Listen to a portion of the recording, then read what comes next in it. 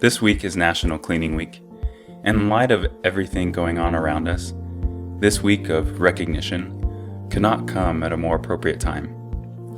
I want to take a moment and speak to those individuals who are on the front lines of this pandemic. Specifically to all the professional cleaners working to contain the coronavirus. I express my sincere gratitude for your efforts.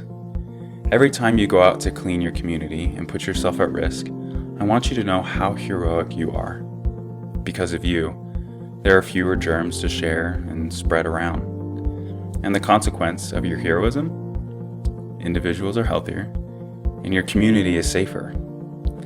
I know this seems like your typical daily work, but in light of the COVID-19 pandemic, communities around the world are gaining a better understanding of the value you bring and the essential need you are to society.